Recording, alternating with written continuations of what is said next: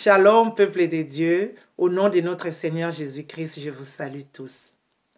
Jésus était en train de traverser une ville entre Galilée et Samarie. Là, 10 personnes ont couru vers lui. Ces personnes étaient des lépreux. Ils avaient une maladie qu'on appelle la lèpre. Ils ne pouvaient même pas fréquenter les autres, de peur que les autres soient contaminés. Alors, quand ils ont vu Jésus de loin, ils ont couru vers Jésus, mais ils se sont tenus à distance et ils ont crié, « Jésus, prends pitié de nous. » Et Jésus, quand il a entendu cela, il leur a dit, « Allez vous laver dans une rivière, dans la rivière. » Et ils ont commencé à courir. En courant là, ils se sont rendus compte qu'ils étaient tous guéris. Ils étaient tellement dans la joie, ils sont partis. Mais l'un d'eux, il est retourné vers Jésus. Quand il a vu Jésus, il s'est agenouillé vers Jésus pour dire merci. Et Jésus lui a dit, où sont les 10, où sont les 9 autres? Vous étiez à 10. Bien-aimés dans le Seigneur, si je nous dis cela aujourd'hui, c'est parce que nous, les enfants de Dieu, nous aimons être guéris, mais parfois, nous oublions que être guéri et être sauvé, ce n'est pas la même chose. Celui qui est retourné vers Jésus, il était guéri aussi, mais il a senti que guérir n'était pas suffisant. Et quand il s'est agenouillé vers Jésus, Jésus lui a dit, « Tu es sauvé. » Bien-aimé dans le Seigneur, ce monsieur était guéri physiquement. Sa peau était redevenue normale. Sa maladie était partie, mais il n'était pas sauvé. Mon frère, ma soeur, je te dis aujourd'hui, pour être sauvé, tu peux être guéri de ta maladie. Tu peux trouver la solution à ton problème. Tu peux être délivré de plusieurs maux, de plusieurs problèmes. Mais être sauvé en est une autre. Bien-aimés dans le Seigneur, je nous invite tous à aspirer à être sauvés.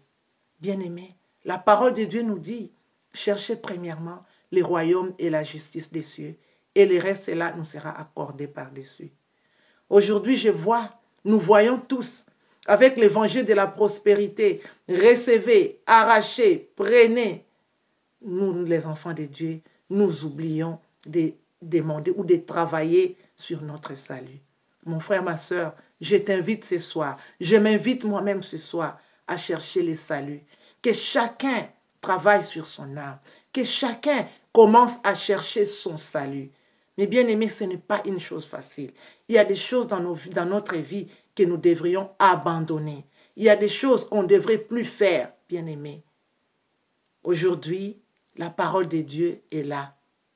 Je sais que ces genres d'enseignement, quand on nous presse sur notre salut, c'est parmi les genres d'enseignement qui nous met inconfortables.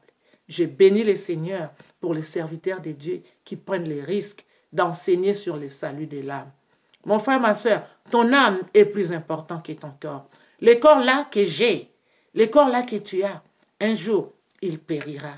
Un jour, il retournera dans la poussière. Mais si tu travailles pour ton salut, ton corps aujourd'hui sera en paix. Ton corps sera en paix.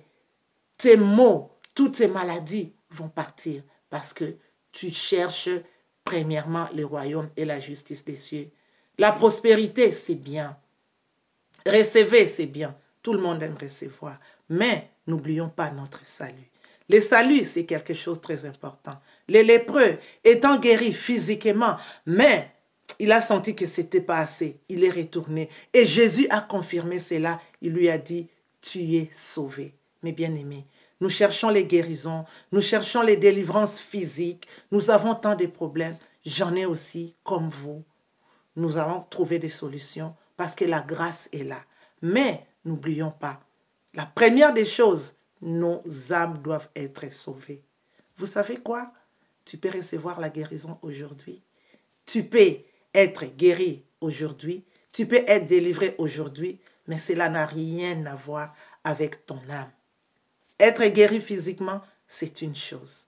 Mais que ton âme soit sauvée en est une autre. Que le Seigneur vous bénisse. Je vous aime beaucoup. Bye.